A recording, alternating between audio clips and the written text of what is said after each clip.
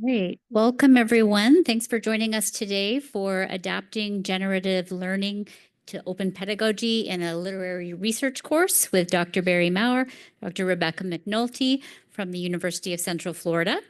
I just want to remind you that the conference code of conduct is in effect for this session, and the presenters will go ahead and begin speaking in a moment. And we'd also like the admin person to start the recording, which I think has just been done. So we're ready to go. Thank you. All right, just because mic problems, all still good? Fabulous. All right, thank you everyone for coming. As you said, this is going through strategies for a literary research course. Barry is, where are you currently, Barry? I'm in Nova Scotia.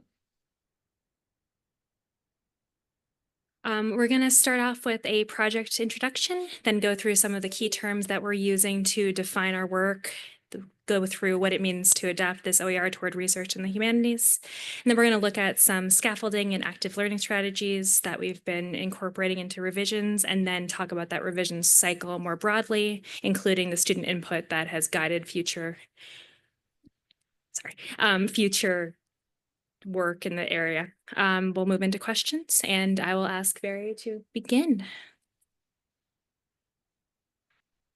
Okay, so today we're talking about this textbook, which really started about 6 years ago as an OER written by myself and John Benesek, who's a research librarian at University of Central Florida. And you can access the textbook through the QR code or the URL on the left. Courses that have used this book have one course in particular won the MLA EBSCO Collaboration for Information Literacy Prize. And then numerous courses at UCF have been designated research intensive or gotten the quality designation from Center for Distributed Learning. So why don't you take this slide, Rebecca? So when we're thinking through the revision cycle here, we're starting with generative learning, which we're just defining as generating new connections that build on previous knowledge. So how can we help students in a literary research course understand where they're going based on what they knew already, and how can we build that in small steps through the process, keeping in mind that this process is iterative. And one of the challenges that students have faced is not understanding that this is not necessarily linear, that they're going to start somewhere, they're going to build a couple steps forward, and they might need to loop back, reevaluate a question, think through a concept in a different way based on new information. So how can we build to that generative style of learning? Connecting in motivational design, keeping learners connected with their goals, especially as they're moving through that iterative process. If they can see the end in mind, then helping them to understand that moving back in the process is not a step backward, it's just part of moving forward to those eventual goals. Concept mapping, which is just identifying relationships between the ideas visually, and you'll see some areas where the textbook supports that. And then just incorporating as much scaffolding as we can into this process to make those chunks really small, to understand what support is necessary where and how we can facilitate that both synchronously and asynchronously based on the textbook. Okay, so this is a little promo page about the book. It is built around the ACRL framework for information literacy. And the book is continuously improved based on student feedback and outcomes. I'm currently teaching it in a literary theory course with 80 students. And so whenever I receive feedback on the book that is,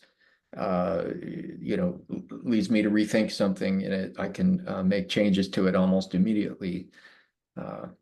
So anyway, the major goals in the book for students are to identify scholarly problems, select theories, methodologies, and methods, search for and use sources effectively, and compose all the aspects of a research project like research questions, thesis statements, abstracts, titles, and more. The book contains a lot of features like videos, quizzes, exercises, infographics, and lots of links to UCF resources.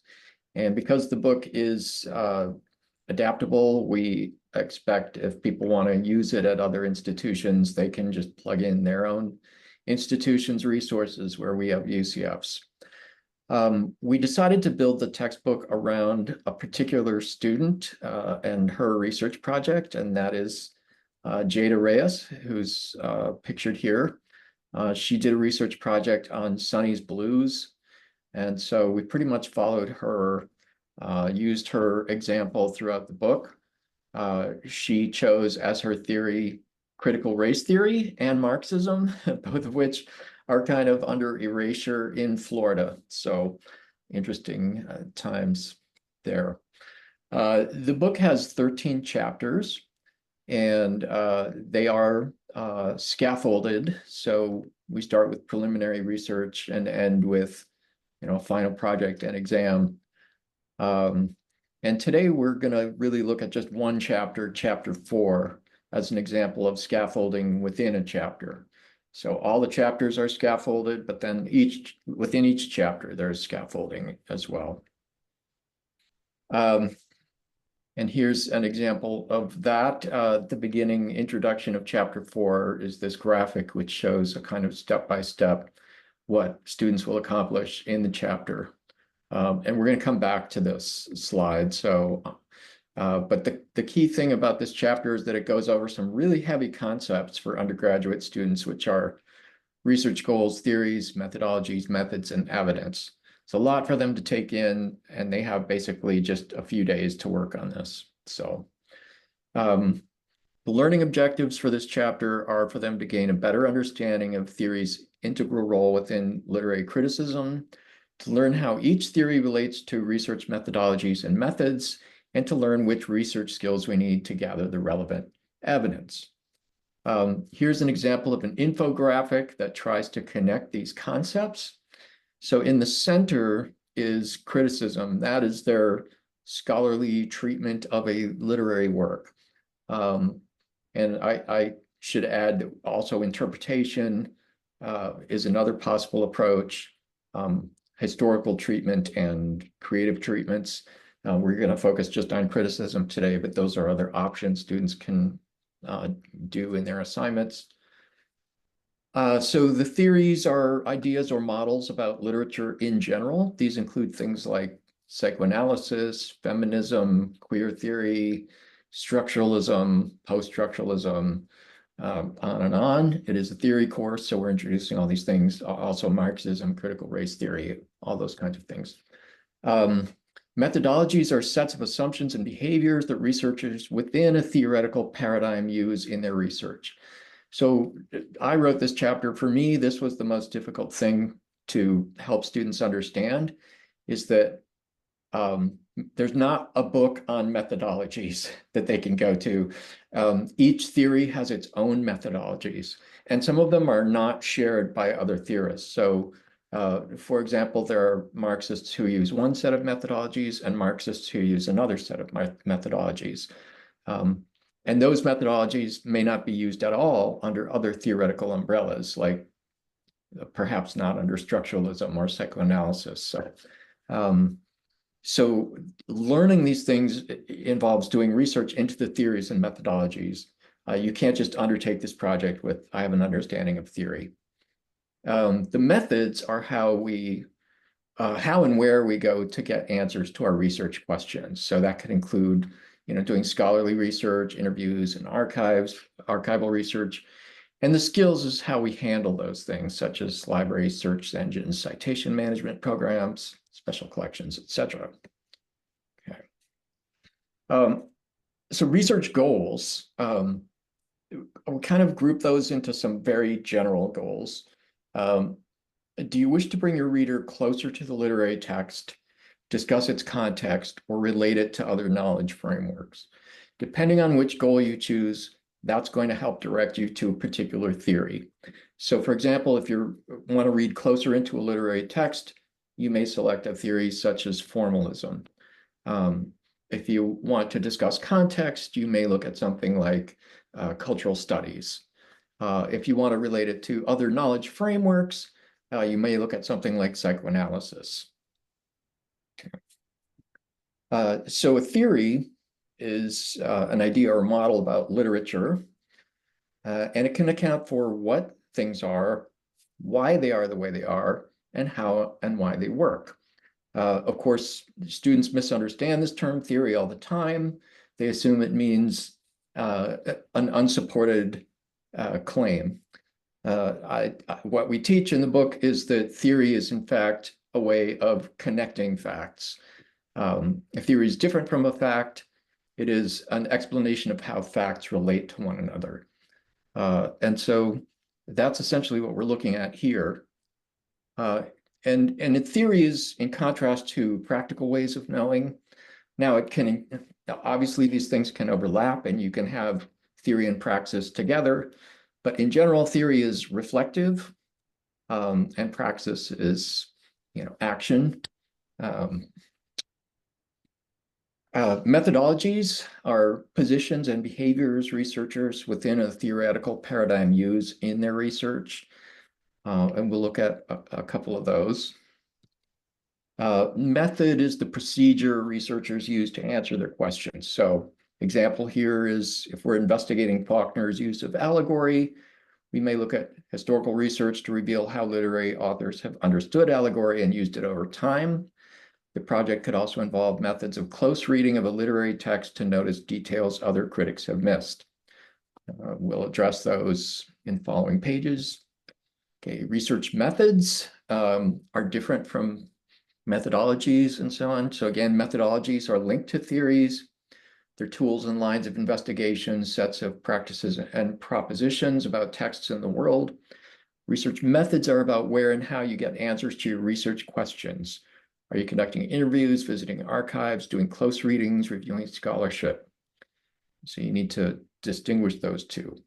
Again, when I started writing this chapter, I couldn't find a lot of written instructional materials or really much of anything at all, differentiating or distinguishing methodologies from methods. And often those two words are used interchangeably in instructional literature. I think they should be disambiguated. Okay, research skills, knowledge and practices, you need to gather the evidence. So search engines, finding aids, all that kind of stuff. So particular application of these things in combination. And our textbook has students go through a very intensive selection process. So basically we say, you have to look at all the available options and choose the ones that are right for your research goals. So in this case, you could choose critical race theory as your theory. Methodology could be social constructivism. So the idea there is that identity is not something you're born with or is inherent in the world. It's constructed through social institutions, behaviors, and the historical forces that impact those. The method could be scholarly, where you're looking at, say, peer-reviewed journals. And the skills necessary for this could be search engines and citation management.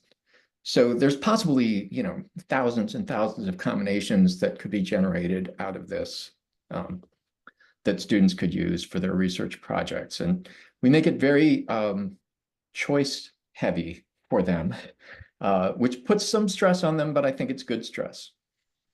So again, back to the scaffolding thing, this shows in particular the order in which these things need to occur. So research goals set you up for the literary theory or theories. That sets you up for which methodologies you're going to choose. That sets you up for which research methods you're going to use and the skills you need to carry out those research methods. Okay. So under, here's active learning exercise is what research methods are you using for the paper? Why did you make this method selection over other methods? And at this point, I ask students what they're considering. They don't necessarily have to have a final choice. Again, it's iterative. They can go back and change their minds at any point. What methodological approaches are they interested in exploring? What's their plan for researching their methods and its major approaches? And I always ask if there are elements of the assignment that need clarification and what the most important lesson is or what's most confusing or difficult to understand. So that's how I get feedback. And also I should say I use the platform Yellow Dig in my classes, which it is a paid platform that the universities subscribe to, but it is free for students at our institution. And so I think it's a much better and more interactive platform than Canvas discussions, which is what we previously used. And I get a lot of very authentic feedback from it. So one example of student feedback I got recently on this chapter is the following. I didn't realize how many theories exist, how many forms of research there are, etc. I also think an important part of this module was learning how to structure our research. The act of making a plan to choose our research goals, methods, literary theories, methodologies, and skills is immensely helpful. I get very overwhelmed with my schoolwork, and breaking it down into segments that will help me construct my final result is benefiting me greatly. I love the idea of us being in building mode. So I tell them again, scaffolding is building, you sort of one brick at a time. And I do set professional goals for them here. So earlier in the textbook, we have a chapter on CFPs, calls for papers. So they are looking into actual calls for papers from professional societies and journals and the like. And they're thinking about how to frame their research in terms of joining the conversation, joining the scholarly conversation that's already ongoing. And I will also say that numerous students have published their scholarly work coming out of this at an undergraduate level. And so UCF's been promoting undergraduate research for at least 20 years.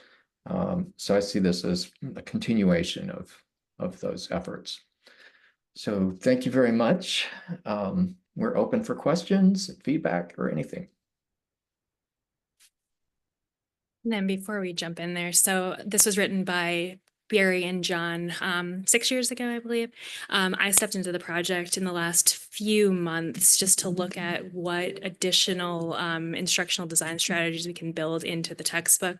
What's interesting is this is taught, facilitated by Barry. It's adopted all over the place, but the textbook itself needs to walk the line between being available as an asynchronous resource and filling Barry's needs in the classroom. So thinking through what scaffolding strategies look like for those different environments, how the different infographics can show the various methodologies, can show the steps between processes, can be applied more widely than one specific course and continue to move forward. So that's where we are now, and looking for using that kind of feedback and anything else to continue to guide revision aspects.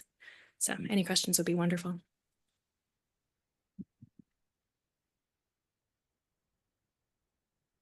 I can stop share here and look in the chat. Yes. Where can you access the slides? We'll get those uploaded to the Sched page right when we're finished. Hi there. I have a quick question, I guess, about, you said some students were publishing some stuff from this course. That's super exciting. There's a lot of scaling that has to happen with that, because sometimes that's a tough deadline for even us professionals who are publishing things. How do you keep Yes. that realistic in their minds that, hey, maybe sometimes we're working on an article for a year and it bounces back and forth, and it's not realistic to decide a topic and go through learning that whole process and then writing about it at the tail end of it in just a semester's worth of time? Do you keep that transparency there? Yeah. I don't expect them to publish by the end of the semester. So really by the end of the semester, and some of them jump the gun. Like but anyway, by the end of the semester, I expect them to have a draft of something that they can continue to work on towards publication. But we have sort of earlier in the process, we have them working on things like writing an abstract, right? Some of them will submit it before even giving me a chance to review it. And maybe I should say something in there like, at least make sure it gets reviewed. But one of my students this semester submitted one and got it reviewed, and it's at least under consideration and hasn't been rejected. So Some of them I work on significant revisions with them after the semester is over. I make myself available for that. And you know, kind of work in between whatever they're, you know, if there's an editor interested, I'll help them with editorial remarks and how to respond to those. You know, they're novices as far as professional publication, but the idea here is really to get them into professionalization and at the very least thinking of joining the scholarly conversation. So I urge them to go to conferences. They could present this, whatever their work is, at a conference, or they could just, like, as they're doing research, if they find scholars who are doing work in their area and that they're learning from, there's nothing wrong with trying to contact those scholars and have discourse with them. So I encourage that respectful discourse, of course. So that's part of the project. Yeah.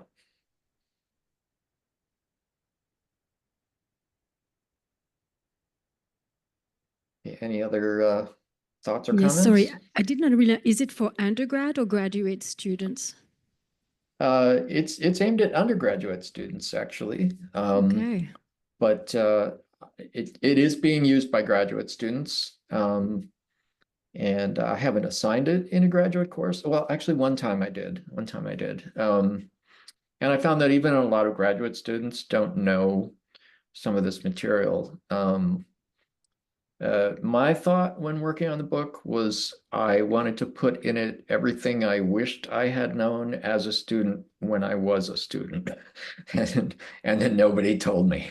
So, you know, there was a lot of kind of mystery around these things. And a lot of it I had to learn the hard way. So I wanted to kind of ease the way for students. So No, I really thank you, and I hope that we can get adoption for different subjects, like different domains, because that would be really a nice collection of case studies.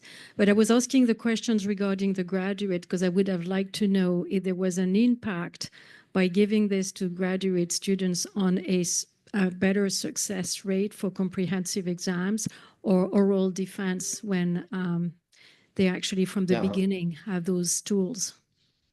yeah, so I mean, I was the director of our doctoral program in the humanities at UCF from 2016 to 2019. And I was definitely thinking of those students as well.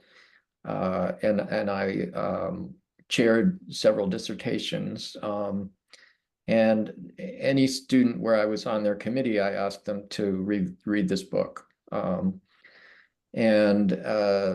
I will say also, I was very impressed with the Belcher's writing your journal article in 12 weeks. We do refer to that in the book. That's another kind of touchstone, I think, for people, but that's not an OER, and this is. Also, that's not adaptable, and this is. So I do think it's a valuable research for graduate students. They have used it, and I think it has increased completion. I mean, it's hard to tell, but I think some of my students who were struggling less once they had read this book and had some kind of, particularly the scaffolding and sort of concept mapping parts, where they could see their way through it.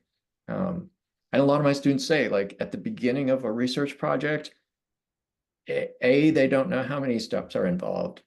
And B, when they look at, for example, a published work, they might think that's an insurmountable goal. This kind of shows them that it is surmountable. You know, they can get there. Oh, thank you very much. I'll actually Thank you. publicize it in my graduate program. Fantastic. Fantastic. It looks like we have time for one more question.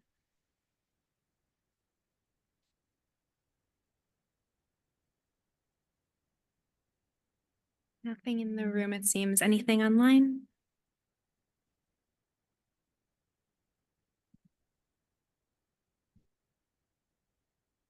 Great. Please join me in giving our presenters a round of applause.